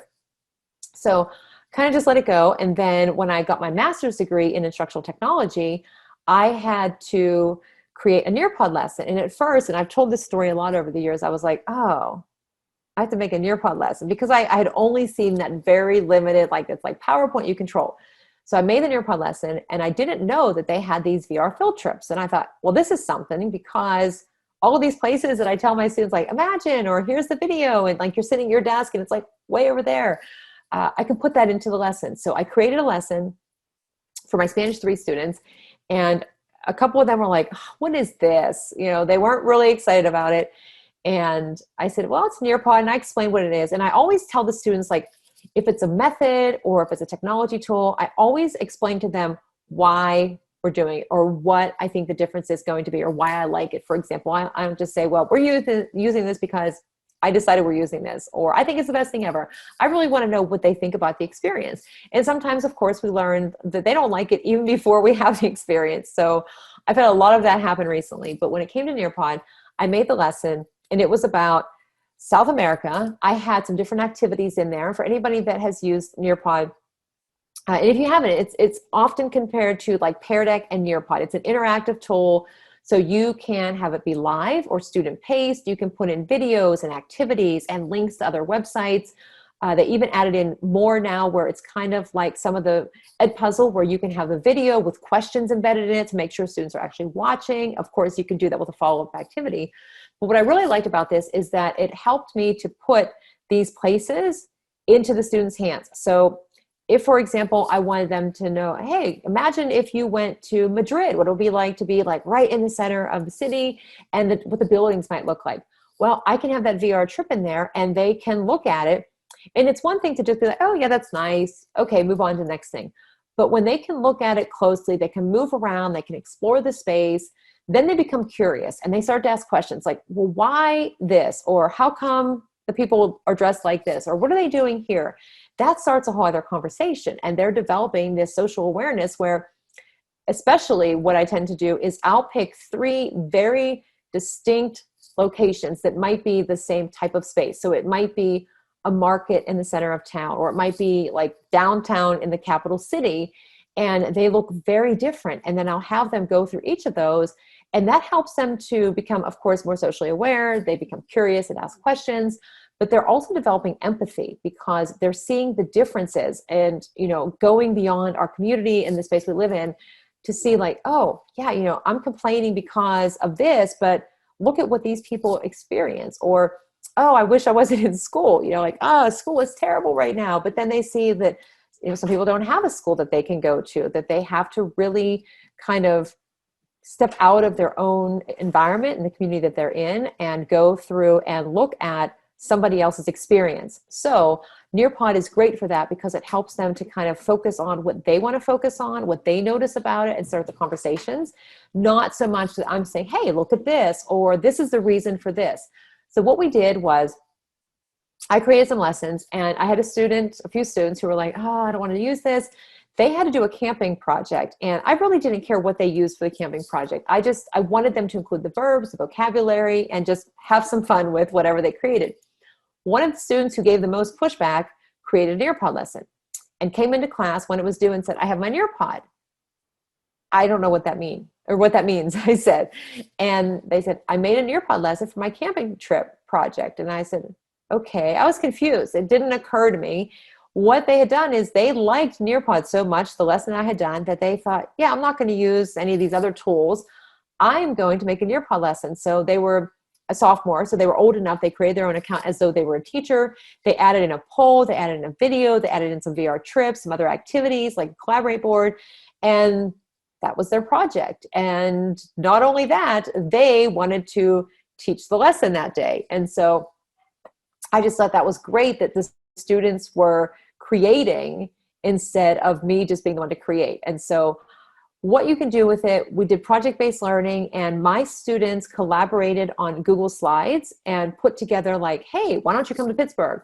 And we sent it to the students in Argentina who had never heard of Nearpod, but by going in and working through that lesson, they were able to see some of the different sites. There was a short video, they answered a poll, they did some open-ended responses, and we were able to see what their choices were, but they also had the experience as though they were kind of in Pittsburgh, and they could see what it looked like living in Pittsburgh compared to living in their town in Argentina. But then they created a lesson with Nearpod for my students and me. Hey, why don't you come to Argentina? Which was on, let me go back here, on the prior screen here in the middle. And I just thought, that's amazing. So these students just decided, like, I really like this, so let's create the same thing. So they were building relationships, not just in our classroom, because some students work together, and the four that worked together on the, hey, come to Pittsburgh, built their skills together, collaborating, designing, deciding what to put into it, making sure they were creating like this awesome trip for the students in Argentina. And then we got one of the lessons back from them. And so lots of ways to use it, even if you're not creating, like, again, with the other tools, with Nearpod, if you haven't used it, thousands of lessons already available in the library. You just have to search based on topic, content area, grade level, if it's a specific issue, topic that you're looking at, the, sorry, I just blanked out. The topic, like, for example, if you are looking for, even just to learn about social emotional learning, there are lessons on there. Or for me, for my STEAM class, I love the lessons on digital citizenship and internet safety and cyberbullying and dealing with stress, for example. I can use those, but I can also take some of the activities they have in there, and I can replace them with some other options. I can throw in some random VR trips just for, kind of a hook for students. I can add in a 3D object and say, like, hey, check out this, forget which one it is. It's not a Tyrannosaurus, it's not a T-Rex, but Velociraptor Rex, that's what it is. One of the favorites, I always put that in there. Or there's an Eiffel Tower, for example. And we are, as educators, we are creative and super flexible, especially in this past year, we've become even more so, I think. And we can find ways to use this. And so creating something, even if it's not from scratch, just finding a lesson that's already there and available, and just adding a couple of things to it. You can upload your own PowerPoints or Google Slides, a PDF, for example, or, as was asked before about Buncee versus Nearpod, if you are having students work at their own pace through some different activities, and maybe you're fully virtual or it's hybrid, maybe you're high flex and you have students in class, students at home, and students asynchronously, using Nearpod works well for all of those, because for the students that are asynchronous, you can share the lesson, you get whatever their responses are, and you can give them feedback. You have the students in class who, depending on what activities you use, with Nearpod, you have the collaborate board option where, even though they're not necessarily in the same physical space, they're posting on the same space. And so they feel connected, and they're aware of making decisions about what to post, which of course we can turn on kind of a moderation for that. But there are other choices and things that we can add into it. You can add in a Flipgrid video. If you use Sway, for example, you can add in a Sway presentation. You can record some audio. So even if students are not with you, they can hear your voice explaining something. Nearpod also has the Immersive Reader. So again, looking at the accessibility and the language, But even for students just to hear, even if it's not us, being able to hear somebody speaking, reading, and that type of interaction, it definitely makes a difference. So Nearpod is, and I'm going to minimize here for a second, potentially. We'll see. Okay, so if and I know Flipgrid is one option that I shared, but just to show you, just scrolling down, like these were all the responses from when we did the PBL, but I wanted to go to Nearpod here really quickly. And if for some reason you can't see my Nearpod screen, just let me know. But what I love about it is that they always update with new topics, new features. It's very easy to find something that works for you. And so if you've never used it, you can find and search based on standard subjects, grades over on the left side. If you're looking at the Nearpod library, you can see some of the featured ones. So they have current events, which is great. So if you're looking for something, and again, don't have a ton of time to create, if you're specific to virtual reality, you can search for that. But going down and finding some of these different topics or looking across the top, you can even find some different activities. So if you just want focused on maybe like matching pairs activities, you can do that. Now in my Nearpod library, my Nearpod lessons, I need to do a little bit of organizing, but you can have them in folders. It has my most recent.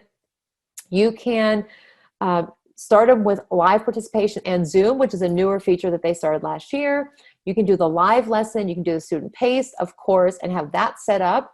Easy to, like if I hit student paced, it opens up multiple ways where you can share it. So if you are Google Classroom, Microsoft Teams, you want to embed the link somewhere, it stays open and you could always go back and kind of change that. So that is a plus. And I definitely recommend toggling on the require student responses and prevent skipping, because what I sometimes find is that like if there's a video in there and we don't do that, yeah, I watched the video. Like, no, you want them to watch a video. That was the problem years ago with like the flipped learning, is as I assigned a video hoping students would watch it so then we could do activities together in class. But then what I found out is some were watching it and others were asking friends what it was about. And so there are kind of ways around doing that. But a lot of the lessons that I have used, but one thing that I really like too, and you could do this with, if you really want to check on like the social, emotional, and the well-being of your students, doing something like a quick launch.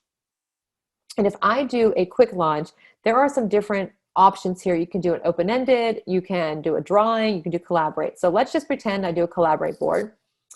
There are 5 different choices. So I might say like, how are you today, as a question. And I could pick any background, and not necessarily what I asked this one, but just to give you a demonstration really quickly. So it would launch it. And then as it kind of works, it will then generate the typical join code, and students would go and join that. And then once they've joined, then it gives you this, would you like to approve student comments? So depending on what you're asking, depending on the grade level or anything, you can then post them. And if I say no, now anybody who is involved today, if you want to try this out, all you have to do is go to nearpod.com and type in that code and then put in your answer, and it will post, and whether or not I chose to moderate it or not.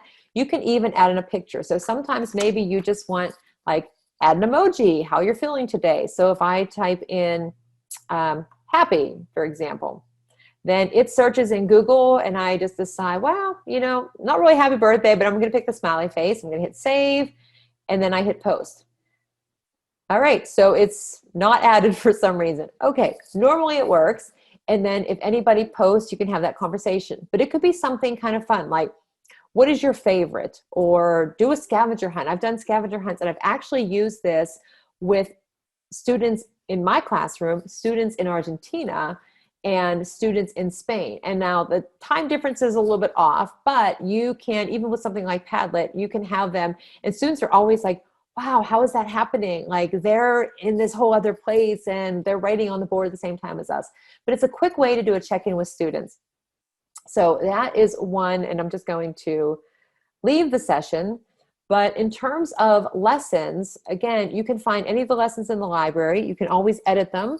You can search over on the left side. So since we're talking about social emotional learning, if I click on it, I can find all of the possibilities. You can filter it down based on grade level, and it is free and it's also paid. So depending on if you have an account, some schools have a district license, you might have your own individual teacher license, but you can filter it. And I will tell you that in the document that I shared with my resources, there is a code for you to redeem that will get you a 3-month, like the upgraded to gold membership. So there was one code that I had on the screen, but there's one that actually has my name in it, and it's in the documents. So if you click on that, you have to use like the Nearpod redeem, and then you can get that. And for some reason you cannot get into that to get your account, then please just send me a message, DM me on Twitter, send me an email, and I will make sure that you can get into that. So there is that. So that's Nearpod, but again, you can choose any of these, but we used it with project-based learning. And the other thing about it that I'll say is my students, when they did their PBL presentations, several of them chose to use Nearpod because they wanted it to be interactive and they wanted their classmates to collaborate. And I thought that was pretty awesome too, because they presented the information, they asked some questions, they were caring about what everybody else was thinking, they had the collaborate board, and it just made it more engaging, not just like me talking and somebody else talking and listening. The students actually had to participate. And so social emotional learning, definitely, because they're building the relationships, they're collaborating, they're making the decisions, they're building their confidence because they're presenting. So there were a lot of definite wins with it. And so I wanted to make sure that I went back to Nearpod. Okay, next on the agenda, and the time is flying by, so I hope that you're trying out a couple of things or taking some notes or anything like that. But I tend to go, I know there's a lot, but I want to make sure that you have a lot of different choices that you can go back to and pick 1 or 2 to try out, rather than just coming and feeling like, I already knew about all those tools and I already do all of those things. I would rather at least you have some choices and then explore on your own. So the next set of kind of options aren't totally focused on just like a specific tool, but more like a concept, could be on a tool as well. But here, game-based learning, this is one thing that I'm kind of sad about, just because of the way that our classrooms have to be set up right now. But I mentioned earlier about the rows of desks, and I'll show you a picture in a little bit, but I had all of the rows of desks in my room. I was like, everybody needs to be in an assigned seat. I'm standing in the front of the room, and I noticed this massive disconnect because I was just talking at my students. I felt like I had to fill every minute of every day, and they didn't know anything about each other, which made sense that they weren't getting along with other people because they didn't get a chance to interact with other people. So one morning, moved the desks all over the place, and it was major chaos. And you could tell by the picture of my classroom, which was taken about a month before, about February of last year. So it was about a month before schools closed, that students are sitting on the desks, desks are moved. That class was actually a Spanish 3 and a Spanish 4 class in the same room, which might sound surprising. One year I had Spanish 3, 4, and 5 in the same room. And so a little bit interesting. The students on the right side are the level 4s, and they were a little upset that the level 3s got to play some games. But you notice that it's not technology. It was just a card game. It's kind of like a fly swatter where they were verbs, and if they had the match, then they had to like slam their hand down. But I had to take away the actual kind of fly swatter because it was getting a little bit intense. But they were just playing this game and interacting, and it was I had 7 of them in that class together in kind of like a station. And when I got rid of those rows of desks in my room, what I did was I pushed them into kind of stations. Like, I don't even know that I knew that that's what it was at the time, but I knew that what I had wasn't working. So I had groups of like 2 or 3 or 4. And I even wrote about this in a blog when I first did it, and also in one of my books, because I said, I didn't have a clue what I was doing. I just knew that I needed to change something, and I figured that I would work it out as I went, which I did. But I put them into these little clusters, and I started to do, probably 3.5 years ago, some stations. And I talked to, if you want to know more about stations and blended learning, grab the Blended Learning in Action book, Catlin Tucker. I even have actually, and I'll show you this, her newer one right here, Balance with Blended Learning, Catlin Tucker. Share that one out too, because I had a conversation with her about a year ago, and I said, I just got to tell you, like when I started to do station rotations, I had no idea what I was doing. I just made the best of it. But after I read your book, I felt way more confident. And it was uncomfortable for me at first because students sitting on the desk, I'm like, oh, what am I going to do if an administrator walks by? You know, they're not in their seat, or they're loud, or does it look like they're learning? But what I noticed by doing, I got a lot of hands-on card games and board games, and we had Scrabble, we had games like Trivial Pursuit, Headbands was another game.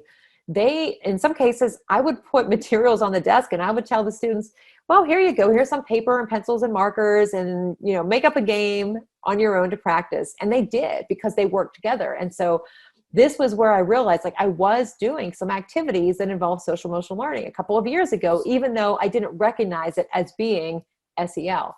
And so the games, the hands-on, that chance where they have to build relationships because they're in a group, and then we're rotating the different groups. But even without those, you know, hands-on with the cards, for example, now there are a lot of other tools out there. And I know quizzes, Gimkit, Kahoot, Blookit, which the one that's on the bottom here with a little, they're Blooks. If anybody has not heard of it yet, Blookket. It is very similar in the sense to Gimkit, and I'll tell you the story really quickly. So Gimkit was created by Josh, who at the time was heading into his junior year in high school. After 10th grade, after 9th or 10th grade, he taught himself to code. He liked the game of Kahoot, but thought it could be better. He enrolled in a project-based learning school named Gibson, where part of the day was spent like working with a mentor on some project, and the other part was in some traditional classes. So from that experience came the game Gimkit, which now Josh, I think, has been out of high school for about a year and a half or so. So the company, I mean, there's so many millions of users, all of these new features can be used in person, fully virtual, hybrid, student-paced homework assignments you can do as well. But the best thing about it is that you can play on teams, but you can also have students individually, and they're getting the repetition of the different vocabulary, whatever the words are. And so that is helping them to become even more self-aware and to set goals and to evaluate where they are in terms of learning. And so I love that part of it, because they recognize that, and they see like, oh, these are my strengths. This is what I need to work on. I'm going to set these goals. It also helps them to build relationships if they're in the same physical space and they're on a team, of course. But Blookit, which has also coincidentally been created by a student who is currently a sophomore at Duke, that is being kind of mentored by Josh from Gimkit. And so Blookit is another one that students really enjoy. Multiple ways to play, same kind of concept that you use for playing the game, can be on teams, but it also helps them to kind of set goals as well as they're learning and have some fun in the process. And so it's nice to have these different options. Quizzes is another one that I like, because you can play it anywhere. And students, again, if they have the app, they can go back and replay some of the different games. So as they're building their skills, as they're setting new goals, and they want to see like, oh, what do I need to work on? What do I need to kind of, what do I know well, so that I can kind of move on to that? It can also personalize the learning for them and provide extra instruction. So that is Quizzes, which I had an opportunity to meet with the team from Quizzes probably 5 years ago now, before it really took off. And it was just 3 young men from India who were college students trying to get the funding for this business. And they really just wanted to create something that would help students to learn and practice in a different way. And now all these years later, there are all new features. It has free, all of these have free and also paid. Totally worth the paid for any of these, just because you get a lot of extras when it comes to the reports and the number that you can create. But of course, you don't necessarily need to have all of them. So when you can find something that works in all learning environments, that students can work together on a team, even if you are virtual and using breakout rooms and having students be kind of on a team together. I mean, it can work. It's not always the easiest to do, but it can be done. And with Quizzes too, the other thing that I like about it is that you can teach lessons with it. And so they have some, if you search, not just games, but lessons, where it has a slide, it has instruction, and then it has the questions that follow up, and then you kind of pause and give feedback. And you obviously can see how students are doing individually, but you can also have them play on teams. And so whenever we would do that in my classroom, students would either kind of go together and work on it. And same thing with Quizlet Live, playing in person or virtually. They can go together and work on the team, or they come up with a system and they're kind of calling out to each other like, I don't have it, or I have it. And funny story about Quizlet, the students that you see in the bottom right, actually, I think they are in their junior year of college now, but from the time they were in ninth grade, they went with me and with some other students. There were, I think, 10 of us, including myself, that went to conferences in Pennsylvania, locally and at the state level, to do presentations on the technology we were using in our classroom. And every passing year, I moved further and further away from being the one to introduce them. And finally, as seniors, I said, you don't need me anymore. Like, you're leading, this is your presentation. I'm just gonna be there like for tech support on the side. And they loved doing this so much. And it all stemmed from, actually, the kid on the left on the bottom picture, he was the Kahoot kid for a while. He actually sat down as a ninth grader and had a conversation with the team from Kahoot to tell them what he liked and didn't like about it. He was also the first kid that I had mentioned where he created his own game to use in another class and with friends. And I thought, that's powerful when the kids see the value in some of these tools, what it helps them to do differently, how it helps them to connect with other classmates, with teachers, with students. But they were so kind of, I don't know what the word is, they were so excited and engaged with some of these tools that they weren't using them because I was telling them to. They were using them and they were excited to teach others about them because they saw the value. And so that picture was taken on a Saturday afternoon, actually Saturday morning probably, in December of their senior year, where a senior on a Saturday at like 9:30 in the morning would probably, I would think, if it were me, I would probably want to be home, like catching up on sleep. They drove an hour to go and do a presentation for a teacher, kind of an ed camp experience, because they wanted other teachers to know, like, this is why we like this. And it was funny because we went to Harrisburg for a conference years ago, and it's a 3.5-hour drive from our school. The students were like, are we there yet? And I said, no, I play a game, do something. And for about the first 40 minutes, they were just kind of sitting there riding on the bus. Some of them had their headphones in, listening to music. Others were reading. Very few were talking. And I said, let's play a game of Quizlet Live. But how can we do that? Well, you don't need the board. It's on their devices. So riding in the school van across the state, we play the game of Quizlet Live on Teams. And now they were talking to each other and they were figuring out who these 50s and 60s TV shows and characters were. Now, they weren't alive then, but they worked together, problem solved, collaborated, and figured it out. And you talk about teamwork. That was fun. And so I love that these options, even in our own experiences, I mean, I always tell students, like, holidays, family gatherings, if you don't have any games nearby, just pull out a game of Kahoot or Quizlet or something, or GimKit. Like, why not? We can use these for anything. And Kahoot is another one that's really, really great. And the last thing that I'll say about it, I don't know if anybody saw the recent update with Kahoot, but now you don't need, I loved this week with my students, you don't need it to be projected on your screen. Like, you need to give them the code, but the questions appear on every student's device. And so if you are not necessarily, able to screen share, students and that looking up and down at their devices, they don't have to do that anymore. So I looked in my classroom and I told them, I said, there's a new feature. I'm not going to tell you what it is, just going to wait for it. And so as the game started, I just watched their reactions, and a couple of the kids looked up and a couple of them didn't. And they went, whoa, seriously? Finally. They were so excited it was on their devices. So anyway, a little tidbit about Kahoot. If you're looking for some different games and interactions, that's a lot of fun to do. So all of those games are great. All of them have resources already available, so you don't have to create from scratch.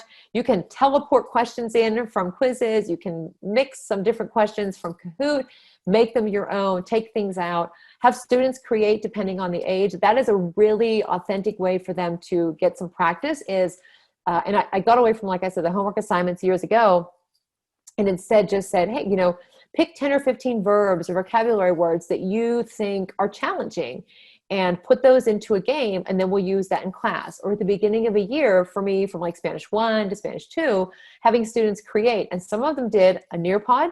Some of them did a lesson with Buncee. Some of them did a Flipgrid where they were like talking about and explaining something, and then they shared a link for their classmates. So there are a lot of possibilities. Okay, last couple here as we wind down, some collaborative spaces.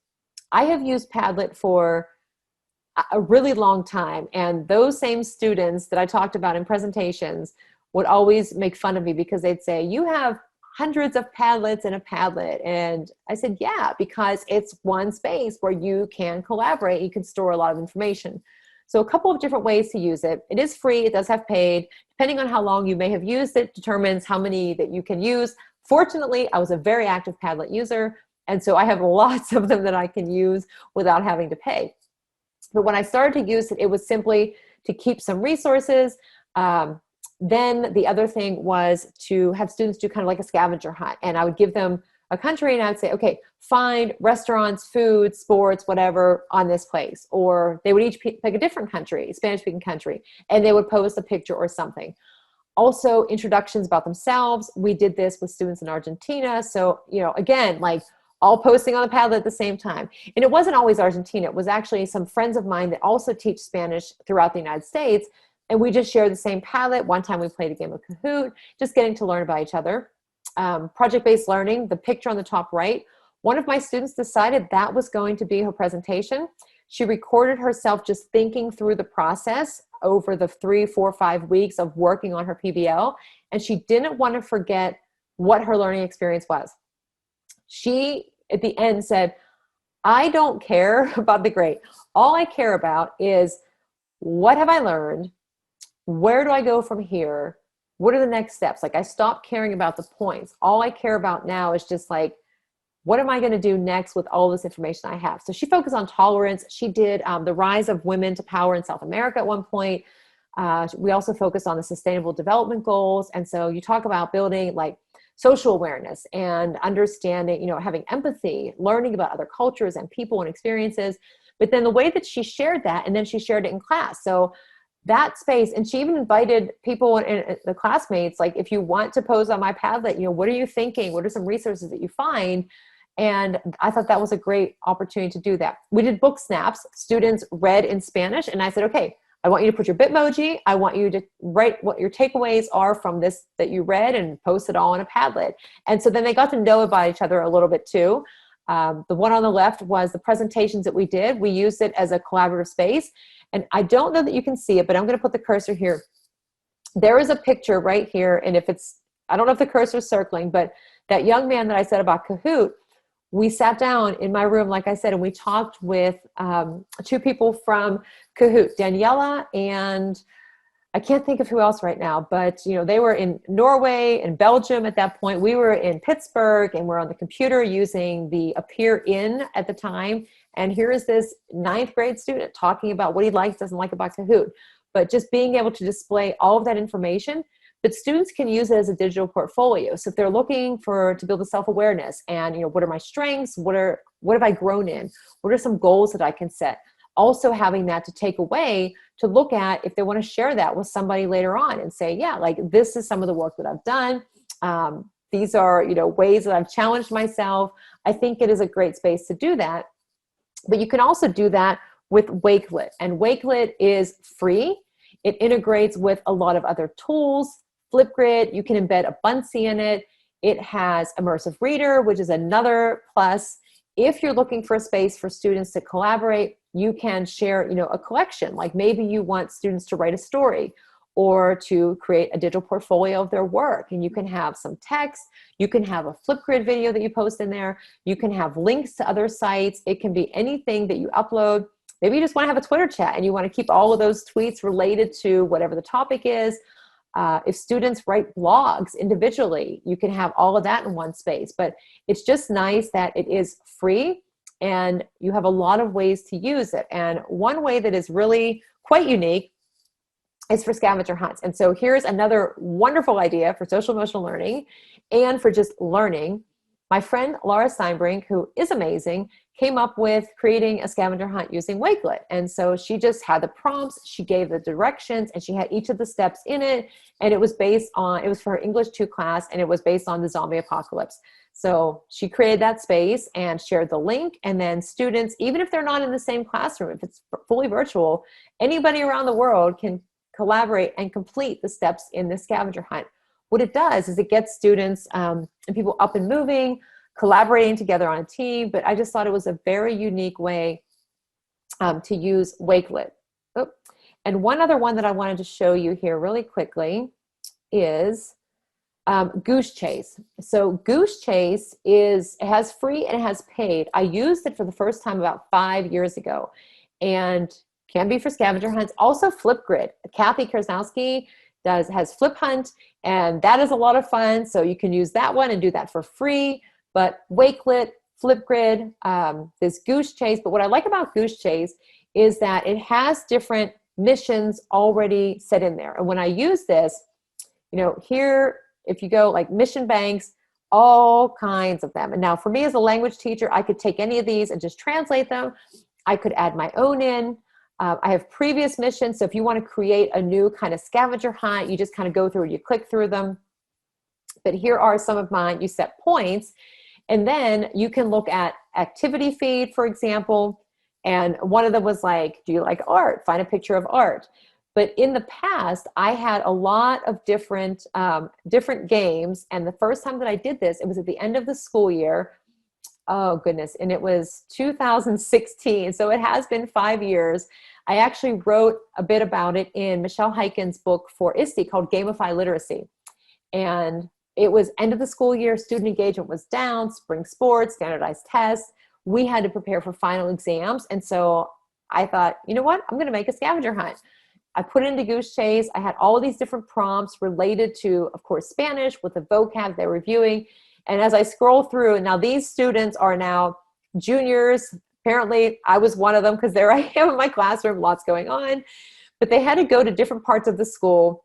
It was a bit chaotic, but it was the beginning of June, almost the end of the school year, and they would upload a video. So if I were to play some of these, there's dancing, there are different activities. Somebody had to juggle because you're talking about sports, activities, and hobbies, dancing. But what I love is that this is still available 5 years later.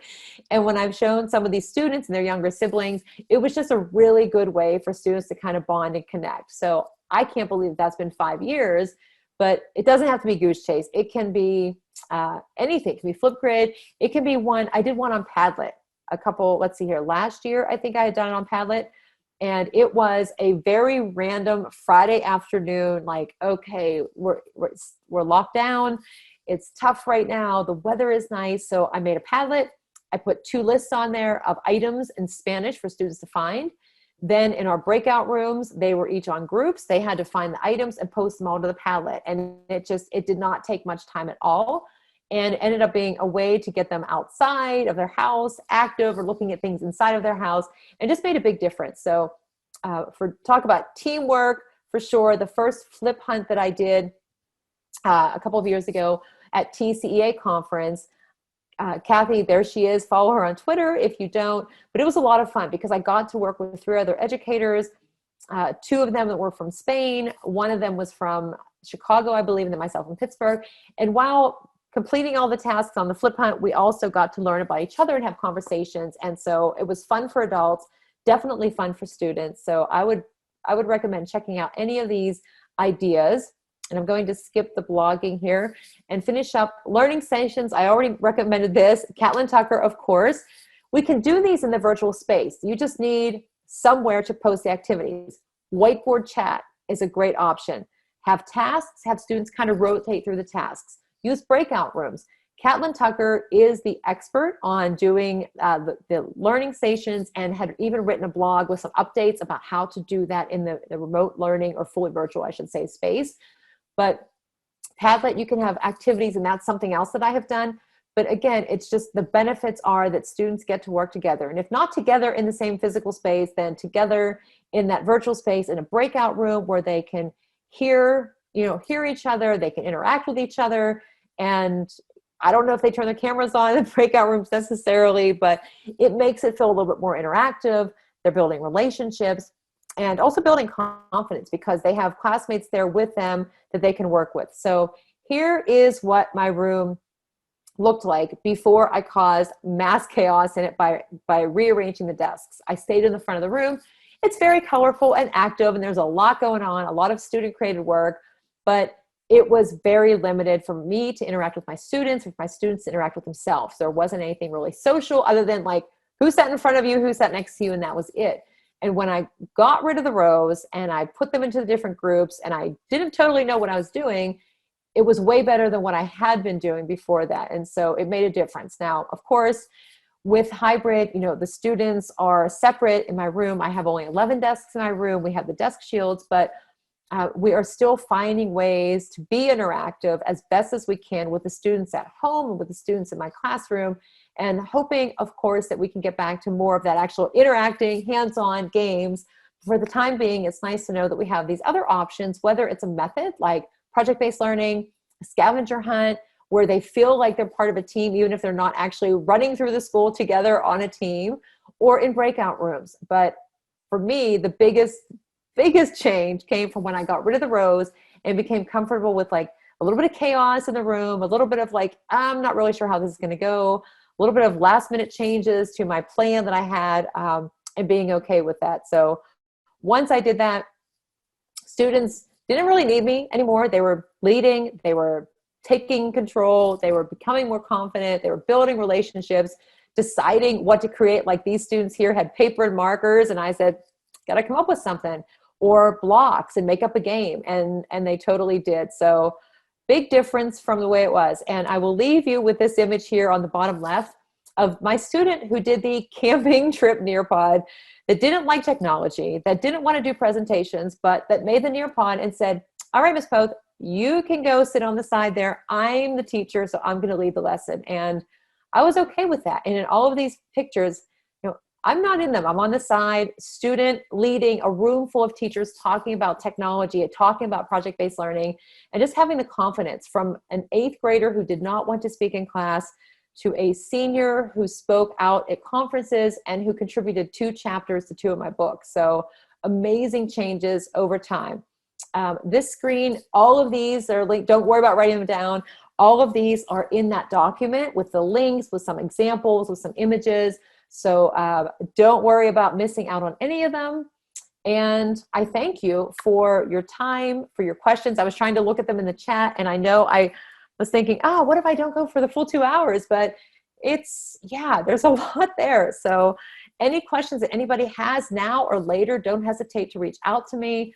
Would love to connect with you, would love to hear what's working for you, what's not working for you, because I always need ideas, always learning as I go. This was awesome. I'm so glad you went for the 2 hours because there's so many tools. I know. So thank you so much. Thank you. It's a lot, but I'm always excited to tell stories about my classroom, my students, the learning and everything. So if anybody has questions, please connect, DM. I dropped my Twitter in there, and everything is Dene915. So my blog, my podcast, where I'm talking to myself, sharing tools, websites, you name it, but would be happy to connect. And congrats to everybody that won the book creator. I just need to get the codes from them, and that should be on its way. So thank you so much. Thank you.